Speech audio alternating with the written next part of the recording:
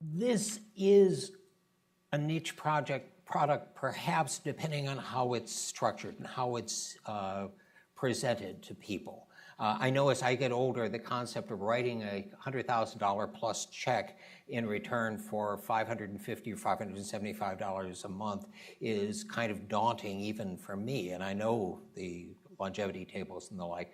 But on the other hand, if it were presented in a way similar to, a few years ago, we were sitting in this very room talking about automatic enrollment and automatic escalation.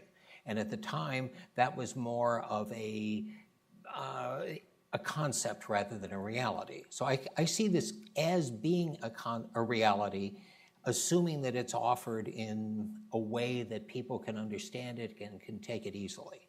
Right. So I think one point in the paper, I can't remember if Catherine mentioned this in her presentation, was the suggestion that the first thing that ought to be done is be renamed longevity insurance. Absolutely. Because annuity sounds like some fly-by-night guy who's trying to rip you off with high commissions and fees, I think. Yeah, I mean, as Bill pointed out, Mark Avery became partially rich due to the jar that whenever people use the word annuity and the like.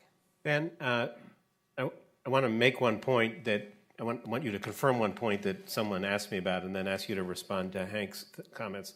So when I posted a little thing on Twitter about this about a week ago, I provoked some argument with some person who I never met and never intend to meet, or frankly to correspond with, who had the mistaken idea that what you were proposing was that one generation insure another generation against longevity. And correct me if I'm wrong, the beauty of this product is that it's basically within cohort, that the people who are between 50 and 60 would share the risk that half of them are going to live a long time, right? That's right, right? That's exactly right. So you can imagine 60-year-olds there's a pool of 60-year-olds. They all pool their risk for this product, and some live to age 85, some live to 90, 95. And those that live for a long time get the payments, and those that don't.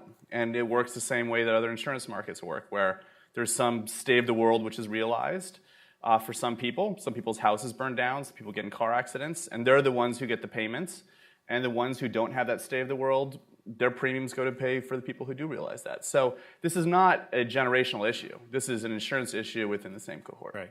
And so what made you and Catherine decide that this was worth spending your time on when Hank's worried about the 3/4 of the population who are retiring without any money anyways? So if I can just let me disagree that this is a niche product. Catherine showed the trends for the accumulation of assets in 401ks over the past 20, 25 years.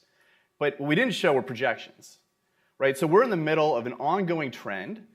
2013, at the median, we have about $15,000 in defined contribution accounts, but there's reasons for optimism for seeing there's some movement at the bottom part of the income distribution. At the state level right now, we're talking about putting in widespread automatic enrollment programs that would get people saving more. We have automatic enrollment programs in corporate accounts. So there's a lot of reason to think that we'll not be talking about just the median saver anymore. We'll see people at the 30th, 35th part of the income distribution actually accumulating money. And the question is, what do you do with that? And right now we have this sort of retirement saving paradigm where we say, look, the plan is for you to save like hell during your working years and hope you don't live too long. And we can do much, much better than that. I think what we need fundamentally is a new paradigm. And the paradigm should be, look, for most people who have assets in defined contribution accounts, which will continue to grow over time, the paradigm should be, look, buy a longevity annuity, take care of this longevity risk after you reach age 80 or 85, and then use your own personal circumstances to get there. That could be working longer if you have the capacity and interest in doing so. That could be drawing down your housing equity in your home.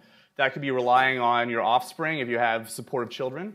That could be decumulating your other financial assets. So, I think we need a new paradigm. It can't just be, just hope you don't get old and save like hell during your working years.